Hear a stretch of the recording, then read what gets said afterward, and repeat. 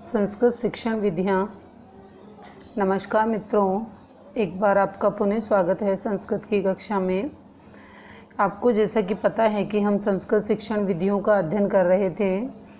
हमारी रीट की परीक्षा के अंतर्गत संस्कृत की जो शिक्षण विधियाँ हैं वे अपना महत्वपूर्ण स्थान रखती हैं। ये देखिए, अब हम लेखन कौशल की शिक्षण विधि के अंतर्गत हमने मॉन्टेसरी विधि का अध्ययन किया था। मॉन्टेसरी विधि जो है वह मॉन्टेसरी महोदय ने लेखन शिक्षण के नेत्र, कान और हाथ के प्रशिक्षण पर बल दिया है।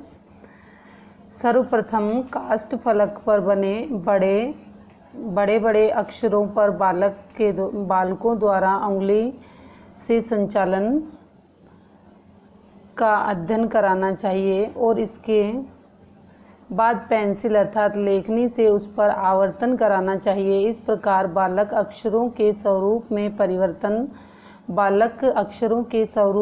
परिवर्तन होते हुए कार्य सीखते हैं। ऐसे ही जैक टॉट विधि है। देखो, जैसे डॉट डॉट करके अपन बच्चों को दे देते हैं, है ना। बड़ी जैसे मान लो कोई स्लेट है या उसके ऊपर, तो बच्चा उसके ऊपर डॉट डॉट करके क्या बनाता रहता है, चित्र बनाता रहता है और चित्र के माध्यम से बालक लेखन कार्य सीखता है। ठीक ऐसे ही आगे देखिए, अगली है जैक टॉट विधि। जैक टॉट विधि के अंतर्गत शिक्षक बालकों के द्वारा ज्ञात शब्दों को श्याम फलक पर लिख करके उसको पढ़ाता है। अर्थात जो जैसे हमारी कक्षा में ब्लैक बोर्ड होता है ना, उस पर लिख करके शिक्षक पढ़ाता है बालक को, तथा बालकों को अपनी उत्तर पुस्तिका में लिखने का आदेश देता है। जब बालक के द्वारा लिखे गए शब्दों का उच्चारण किया जाता है उसके पश्चात शिक्षक बालक को पूर्व लिखित अदृश्य शब्दों को स्वयं स्मरण करके लिखने के लिए प्रेरित करता है। इस प्रकार से बालक शब्दों और वाक्यों को लिखना सीखता है। ऐसे ही है, आगे है चित्र विधि।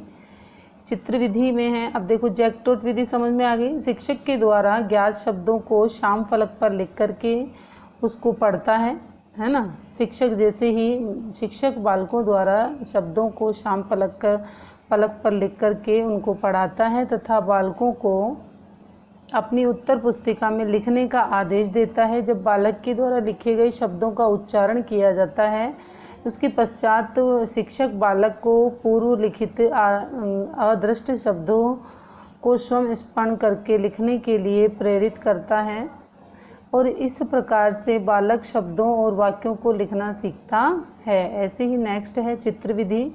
अब चित्र विधि क्या है? छात्रों के समक्ष चित्र प्रस्तुत किए जाते हैं। इन चित्रों में विविध पक्षों पर प्रश्न कर उत्तर प्राप्त किए जाते हैं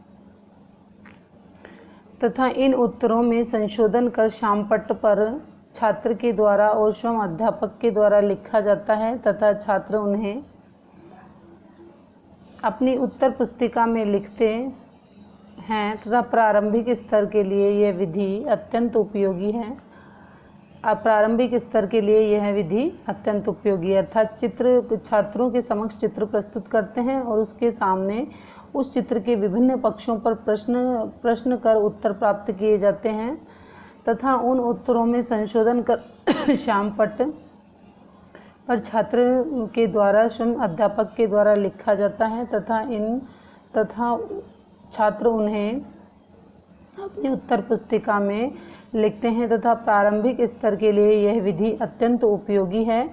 आगे है उद्बोधन विधि। उद्बोधन विधि, इस विधि में शिक्षक छात्र को कोई भी विषय देकर के उसके साथ चर्चा करता है तथा उसकी जिज्ञासा बढ़ाता है। तत्पश्चात उन्हें कल्पना शक्ति के आधार पर लिखने की स्वतंत्रता दी जाती है ना। आगे है प्रश्नोत्तर विधि। जब बालक कतिपय शब्दों से परिचित हो जाता है तब उनसे कुछ उनके अनुभव में आने वाले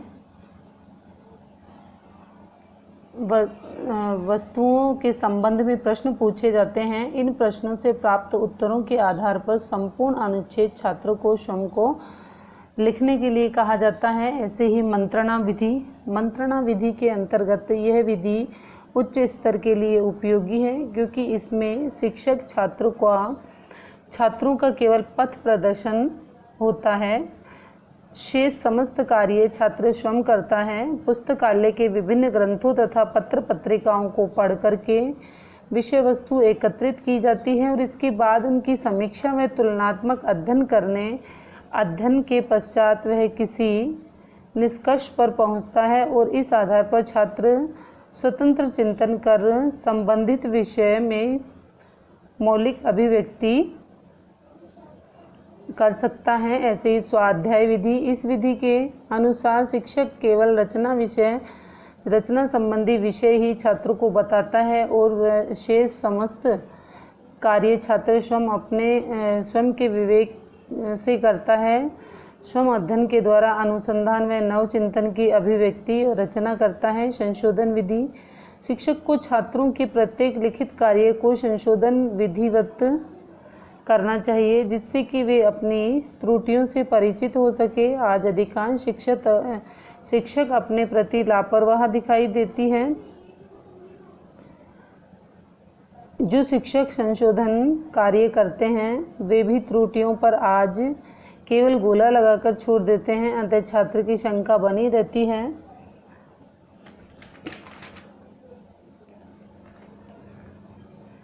चिन्हांकन के साथ साथ शुद्ध रूप क्या बनता है यह भी शिक्षक को स्पष्टतः लिख करके बताना चाहिए। त्रुटियों का शुद्ध रूप श्यामपट्ट पर लिखकर उसका अभ्यास कराया जाना चाहिए। छात्रों को प्रारंभ में शुद्ध उच्चारण का अभ्यास करवाया जाना चाहिए, क्योंकि यदि छात्र अशुद्ध बोलेंगे तो अशुद्ध ही लिखने की संभावना भी अधिक रहती है। संस्कृत बोलचाल की भाषा नहीं है, अतः संशोधन करते समय रचना कार्य में शिक्षक को उदारतापूर्वक छात्र को समझाकर शुद्ध कराने के लिए कहना चाहिए तथा विशेष त्रुटियों पर उपचारात्मक अभ्यास माला का निर्माण कर छात्रों को समझाकर शुद्ध करने के लिए कहना चाहिए तथा अभ्यास माला का निर्माण कर सामूहिक अभ्यास करवाया जाए। त्रुटियों के कारण भी शिक्षक के द्वारा कक्षा में चर्चा की जानी चाहिए। अब देखिए ये जो संशोधन वाला जो है ना, उसमें क्या होता है कि अक्सर क्या करते हैं कि जैसे मान लो कॉपी में कोई वर्क हमने डाला, बच्चा वर्क घर से करके लेकर के आया और हम क्या करते हैं, गोले लगा देते हैं। केवल गोले लगा करके नहीं, छोड़ करके क्या करना चाहिए, वह हमें बच्चे को समझा करके बताना चाहिए। ठीक है, उसके साथ में लिखना भी चाहिए, शुद्ध उच्चारण करना चाहिए जिससे कि बच्चा शुद्ध ही लिखे। ठीक है। तर्क वितर्क प्रणाली, इस प्रणाली का प्रयोग ऐसे सामाजिक, राजनीतिक तथा शैक्षिक सामान्य समस्याओं पर रचना कार्य के लिए किया जाता है जिसके विषय में मतभेद हो। छात्र निर्धारित विषय के पक्ष तथा विपक्ष में अपने विचार प्रकट करते हैं तथा एकत्र विषय वस्तु को छात्र रचना का स्वरूप प्रदान करते हैं। आगे है अनुकरण विधि। शिक्षक छात्रों को कोई निबंध या रचना कृति देखने के लिए कहता है, तत्पश्चात छात्र को इस रचना शैली के अनुकरण पर वार्ण्य विषय पर मौलिक रचना करने के लिए आदेश दिया जाता है। आगे ऐसी ही है निरीक्षण विधि। शिक्षक छात्रों को वास्तविक परिस्थितियों के निरीक्षण का अवसर प्रदान करते हैं, जैसा कि ऐतिहासिक इमारतों, संग्रहालयों, प्राकृतिक दृश्यों, जलवायु आदि का प्रत्यक्ष दर्शन तथा अनुभूति करवाकर इसके लिए शैक्षिक भ्रमण की व्यवस्था की जाती है और भ्रमण के दौरान बीच बीच में चर्चा की जाती है। तत्पश्चात प्राप्त ज्ञान व अनुभवों को अपने शब्दों में लिखने के लिए कहा जाता है। सुलेख अभ्यास तथा अधोलिखित त्रय विधियाँ उपजयन्ते, अनुलेख, प्रतिलेख और श्रुतिलेख। अब अनुलेख क्या होता है? अनुलेख है अनु उपसर्ग पूर्वक अनुकरणार्थक अर्थात तथा वह अनुकरण लेखना मिथ्यार्थक तथा सुंदर लेखन अभ्यास। अनुलेख है उत्तम साधनम भवति।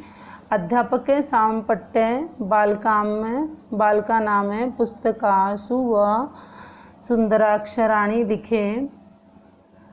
बालका तदनुसारे बहुवारं लिखन्ति। आधुने तु एतदार्थे मुदिते पुस्तके आपणे लभ्यन्ते तत्र बालका नाम लेखनम अध्यापकेन व्यक्तिगत निरीक्षणम महत्वपूर्णम भवति।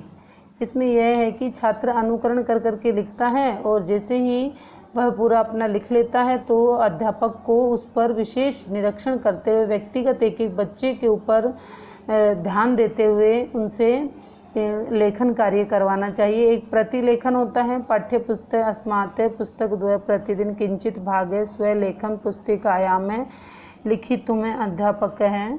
छात्र निर्दिशन्ते पत्रे वाम पार्श्वे कश्चन भागे रिक्ता स्यात् लेखने पादे मध्ये दूरे समानयतः विराम चिह्नः प्रयोग श्रद्धे अक्षराणि सामान्यायु स्नुयुक्ते मध्ये एकस्ते पंक्ते रिक्तस्थाने प्रतिलेखनस्य संशोधन कृत्वा अध्यापक वामश्वे रिक्तभागे आवश्यका सूचना लिखेते एवं अवश्येन छात्रः सुलेखे सिद्ध्यन्ति।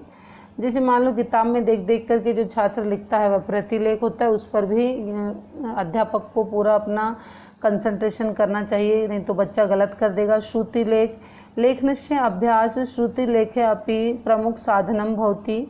श्रुतिलेखन द्वारा न केवलं सुंदरम लेखन न केवलं श्रुतिलेख के द्वारा न केवल सुंदर लेखन अपितु अति शीघ्र लेखन की आदत भी छात्र को पड़ती है। तो इस तरह से आज जो हमने किया वो लेखन की शिक्षण विधियों का हमने अध्ययन किया। और छात्रों मित्रों, यदि आपको मेरे द्वारा दी गई जानकारी अच्छी लगी तो आप मेरे चैनल को लाइक शेयर एंड सब्सक्राइब करें। आप ये बिल्कुल ना सोचें कि ऐसे तो हम अपने आप भी पढ़ लेंगे, सब पढ़ सकते हैं अपने आप। ये केवल आपकी इस सुविधा के लिए है कि मान लो कई बार क्या होता है कि हमारे पास में पुस्तक नहीं होती है और कहीं हम जॉब कर रहे हैं या कई बार ऐसा होता है कि काश किताब होती तो मैं पढ़ लेता। तो इस तरह से यदि अगर हम खाली समय में बैठे हुए हैं तो अपन इस वीडियो को चला करके रख लें, केवल सुनने मात्र से ही हमारा बहुत सारा रिवीजन हो जाता है। मित्रों, यदि आपको मेरे द्वारा दी गई जानकारी अच्छी लगी तो आप मेरे चैनल को लाइक शेयर एंड सब्सक्राइब करें, अपने मित्रों के साथ बांटें। जय हिंद, जय भारत, नमस्कार।